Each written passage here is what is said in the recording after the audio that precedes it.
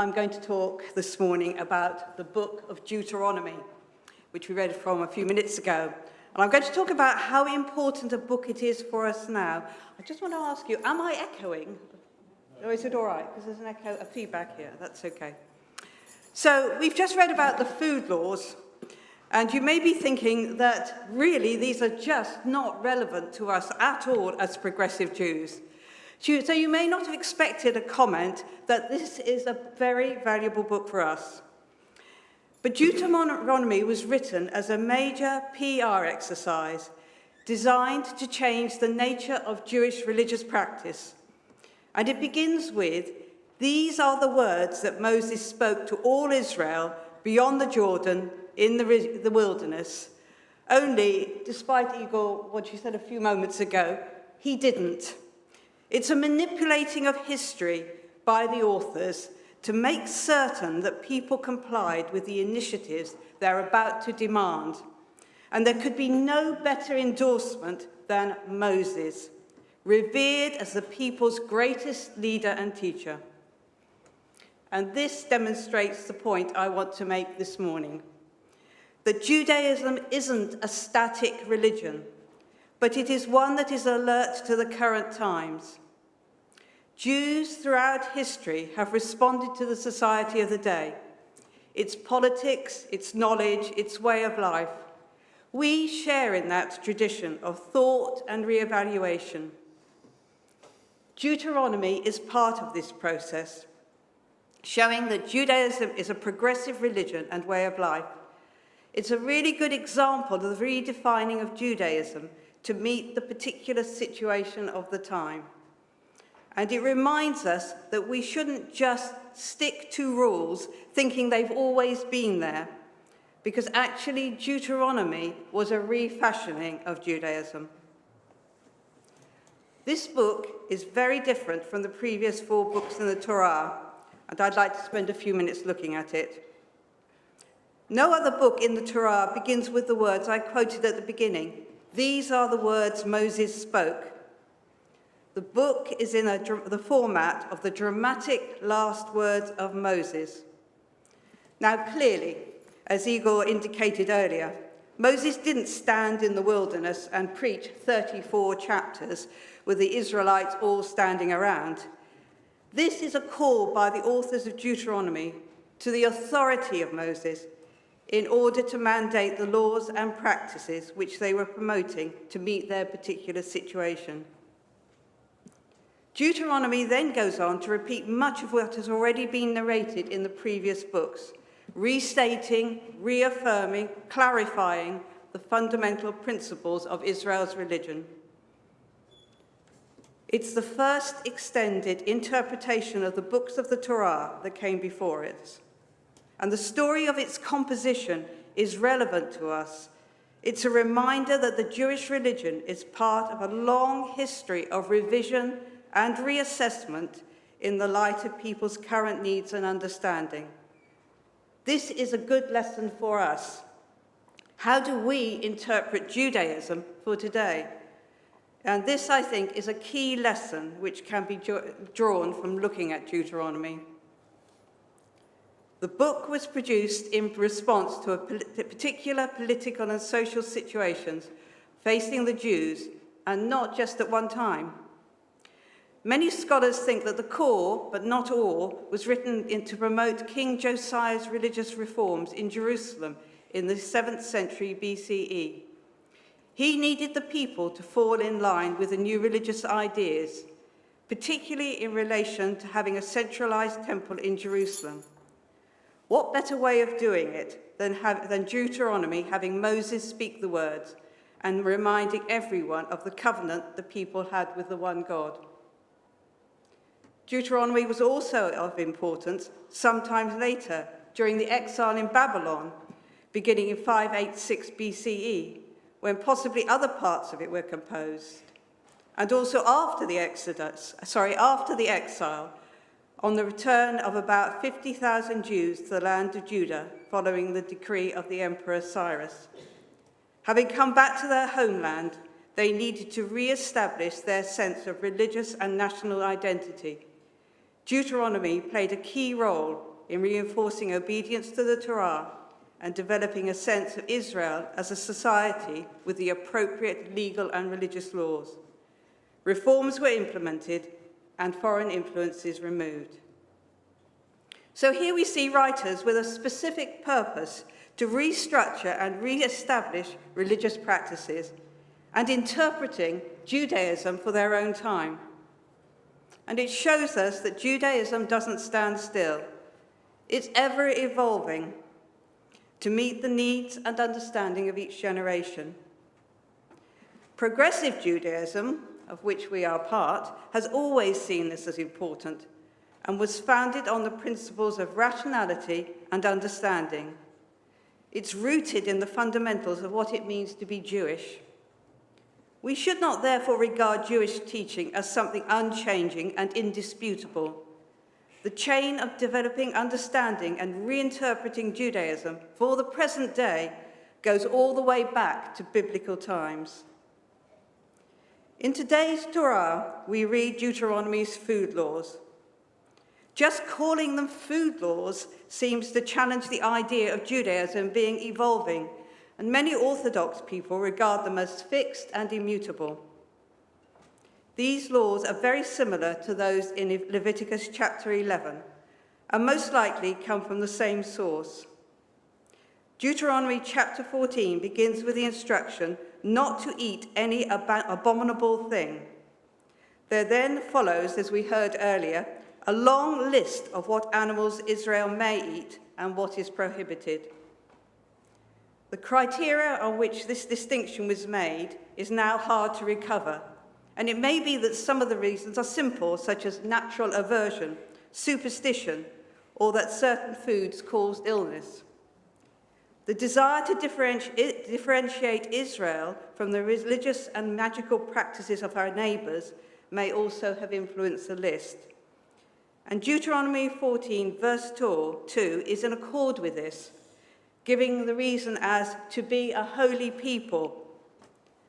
This was therefore a call not to follow the gods of the surrounding tribes and countries with whom the Israelites had dealings, but to stay loyal to Israel's own God.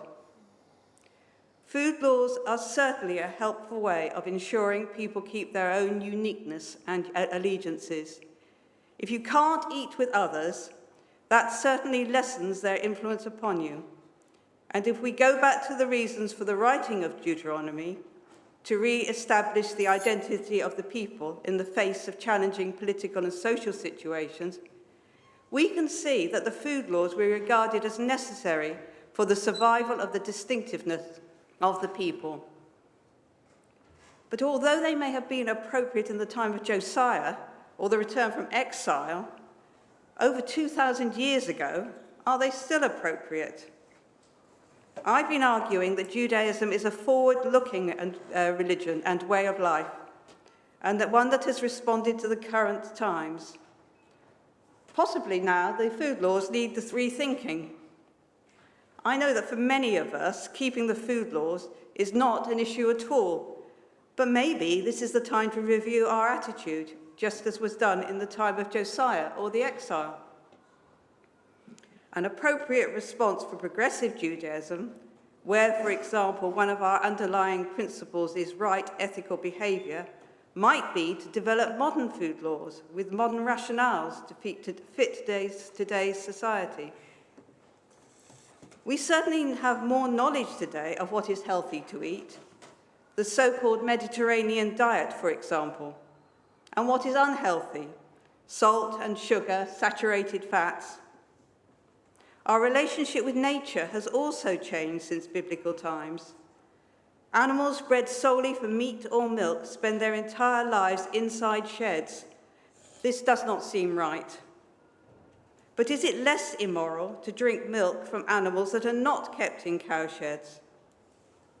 These are difficult questions in a society like ours, driven by economics and the desire to have choice, the expectation to have choice. Maybe the way forward is for Judaism to promote vegetarianism or veganism as the new Kashrut for today. But even this is an ethical minefield. Most urban vegans eat food which come from poorer places where environmental degradation is happening.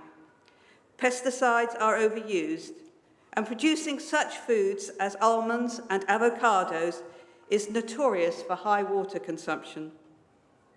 Avocado farming is also linked to deforestation, to drug cartels, and to drought. Soya, a staple of vegan diets, is similarly linked to the loss of rainforests in some of the world's most valuable ecosystems. And just one more example.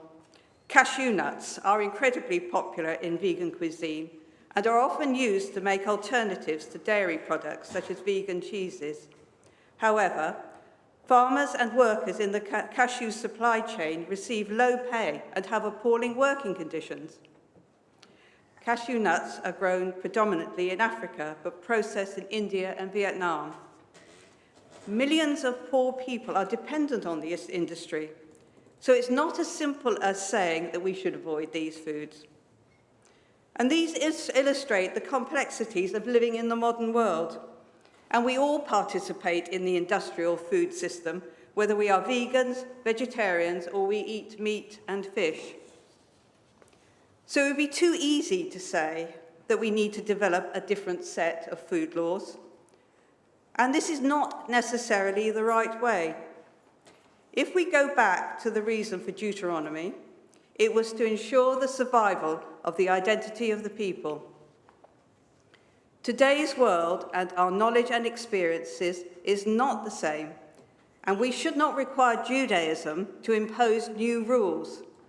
But we ourselves are required to ask how we should respond to our present-day challenges and opportunities. It is about us finding the right way to live, and that is not just a simple matter of following so many laws. Clearly, society has changed continually since the time of Moses, and since the time of the religious reformers who compiled Deuteronomy, and so has Judaism. It has never stood still. Progressive Judaism was founded on the principle of rationality and on the importance of understanding the society and the world in which we live, and on making the appropriate response. There are lessons from Deuteronomy which can guide us in life, and they are not about whether or not to keep the kosher rules for our sense of identity or connection, or for self-discipline, or for any other reason. Nor are they about trying to find a new kosher fitting for modern life, such as vegetarianism, or eating only food which is not destructive to the environment. Deuteronomy is a reminder of the importance of challenging past assumptions and asking of what is of relevance to us living our lives as modern Jews. This is the importance. And this is fundamental to what it means to be Jewish. Although the laws in Deuteronomy appear fixed and are seen by many Orthodox as unchanging, the Jewish tradition is one of continually discussing, arguing, and challenging. Rabbi Jonathan Sacks wrote, "Judaism has sometimes been called a culture of argument. It's the Jewish stereotype, but there is truth in it. Judaism is the only religion whose key texts, the Hebrew Bible, the Midrash, the Mishnah, the Talmud, are collections of arguments." Jonathan Sacks described this as the glory of Judaism. He said, "The divine presence is to be found not in this voice as against that, but in the totality of the conversation." We should participate in discussing and questioning what it means to be Jewish now in our modern society with the particular responsibilities we have, not only to this generation, but to the future. The food laws which we read earlier are a reminder that our way of life should be governed by thought and discussion, and not by either blind acceptance of tradition nor the imposition of new rules which have no meaning. Judaism has given us values and objectives to guide us with right ethical behavior and decision-making, interpreting Judaism for today's situation. And it is up to us to find the way. Judaism is a way of life. We have opportunities to learn more all the time. How we assess our behaviour now is based on our current knowledge, but it isn't the final knowledge, because there is no final knowledge. We need to keep our eyes open, learning and using that knowledge to develop a right way of life. These are the lessons that can be drawn from the book of Deuteronomy and from the food laws. Shabbat Shalom.